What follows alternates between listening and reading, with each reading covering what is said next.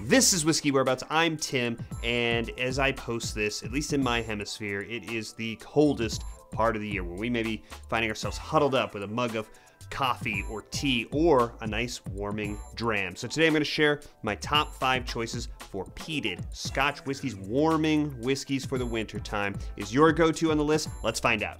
My whiskey journey has taken me to Scotland and back. I've explored whiskey education, tastings, and distilleries from Islay to Speyside.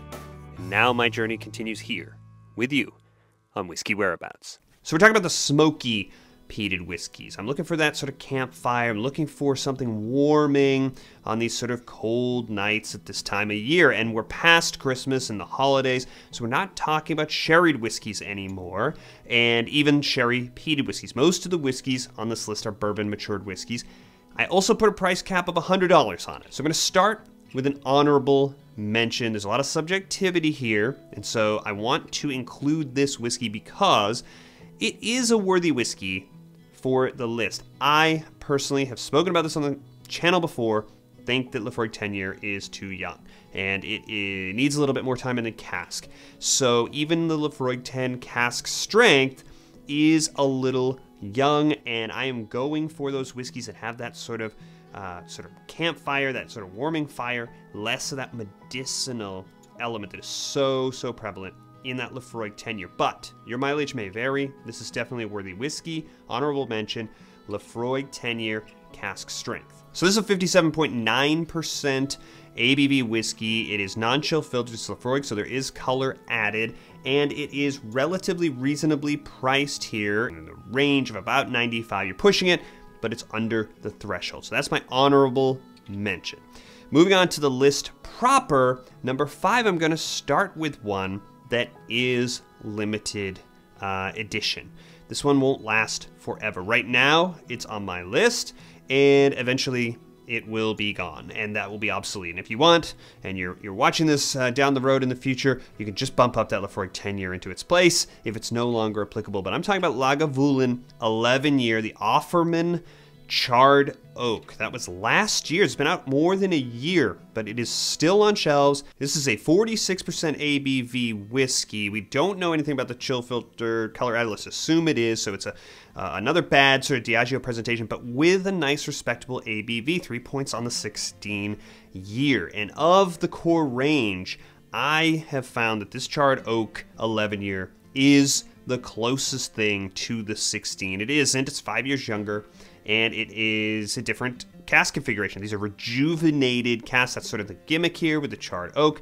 Both American and European wine casks, but this is much closer in character to that sort of campfire-y, smoky, big Lagavulin. It's going to come in at a more reasonable price. It is 5 years younger, but it's got a few extra points on the ABV, so it's pretty decent value relative to the other Lagavulins. I have ordered this whiskey out a couple of times. It's out, available on menus by the pour in restaurants where I have been, come in from parking the car, walking out through the cold, sit down, and it seems really appealing on that menu. So I have pulled the trigger on it a couple times and been happy with it. Lots of vanilla, lots of that Lagavulin smoke. So I am slotting it in here number 5 for Lagavulin 11-year. Number 4 is going to be Laphroaig 10-year. This is not an Islay whiskey. Famously, this is a Tobermory whiskey from the Isle of Mull. It is coming in at 46.3%. It's non-chill filtered. There's no color added. It is a bourbon matured whiskey. It's not an Islay whiskey, and you should be able to buy this for $80 or less. It should be in the 70s, and that is a lot to pay for a baseline 10-year. It's not a lot, sadly, anymore for a really well presented 10-year age statement whiskey that does the job. And this one certainly does. On the palate, to me, it really has that sort of more savory grill Caol Ila sort of quality in that sort of smoke. It has that big sort of fiery kind of campfire or bonfire smoke that I was just talking about, the character with the Lagavulin on that finish. Okay, so before I unveil number 3, I just want to have a side note for no particular reason whatsoever about Diageo's other Islay distillery, Caol Ila. And if you've had the opportunity to have a well-presented Caol Ila, it's a pretty fantastic whiskey for this category, right?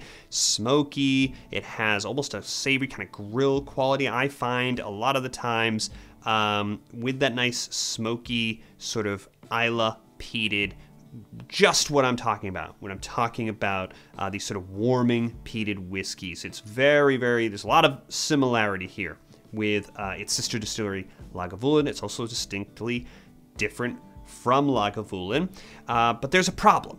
The sort of Caol Ila 12 year that's on the shelves is not very well presented. It has that bad Diageo presentation and it's overpriced. So a lot of the time when we want that Caol Ila experience, right, we'll reach for those independent bottlings because there's a lot of them. They make a lot of Caol Ila and it's sort of all over the shelves in the form of these independent bottlings, single cask bottlings. These are always hit or miss, but I have found in my experience that it's hard to mess up Caol Ila too badly. So, completely unrelated to what we've been talking about so far, the number 3 pick on my list is Portiskeag 110 proof. What is this whiskey? Well, it is a bottling of an unidentified Islay Distilleries whiskey, but it's very well presented. It's the 110 proof, it's 55% ABV. It's non-chill filtered, it's no color added, but there's 2 things we don't know about this whiskey. 1, it's not age statement whiskey. We don't know how old it is. Number 2 is we don't know for certain what the whiskey in the bottle is. Now, it is rumored to be about 8-year-old whiskey. And if you haven't picked up on the bit so far, it's also widely acknowledged to be Caol Ila. So you're getting a really nice, well-presented, albeit non-age statement, not certain to be Caol Ila, but it is believed to be for barely more than the Caol Ila 12-year cost at a much, much worse presentation. So you got a very sort of potent whiskey here. Doesn't mean we need to sip this to keep warm with this high ABV. We can add some water, get it to where we want it to, but it's coming in at that nice, strong ABV, and you should be able to buy this for about $80. All right, so moving on, we are entering the section of the list where there aren't going to be that many surprises. Number 2 certainly isn't one, and it is the Uigeadail. So it's Ardbeg Uigeadail, and it is a 54.2% non-chill filtered, no color added whiskey. Again, non-age statements. So we're getting the higher ABVs here. We're sacrificing the age statements to stay under that $100 threshold. This is a pretty fantastic whiskey for the purposes that I'm talking about, of having this on a sort of cold night, this sort of warming, peated whiskey. We don't know a lot about the sort of ratios in the casks configuration, but we do know that there is some sherry in the configuration. The Uigeadail is exactly the type of whiskey I'm talking about. It's a little mysterious. It's holding some things back from us. I feel that this whiskey really rewards our faith. So I've got to top that one, and if I'm sitting here and reaching on my shelf on that cold night, I think that what I'm probably going to reach for first is number 1, and it's the Port Charlotte. It's the heavily peated Islay barley. Again, this is a whiskey that has an age statement. It's a little bit younger. It's a 7-year whiskey. It's been matured in bourbon casks, and then 25% of the vatting was finished in Bordeaux French wine casks and then married back together. So this is a 50% whiskey. That's sort of standard Bruichladdich presentation. So I'm talking about the 2013 when I'm talking about this cask configuration. That is still on the shelves. It's the one I've had most recently.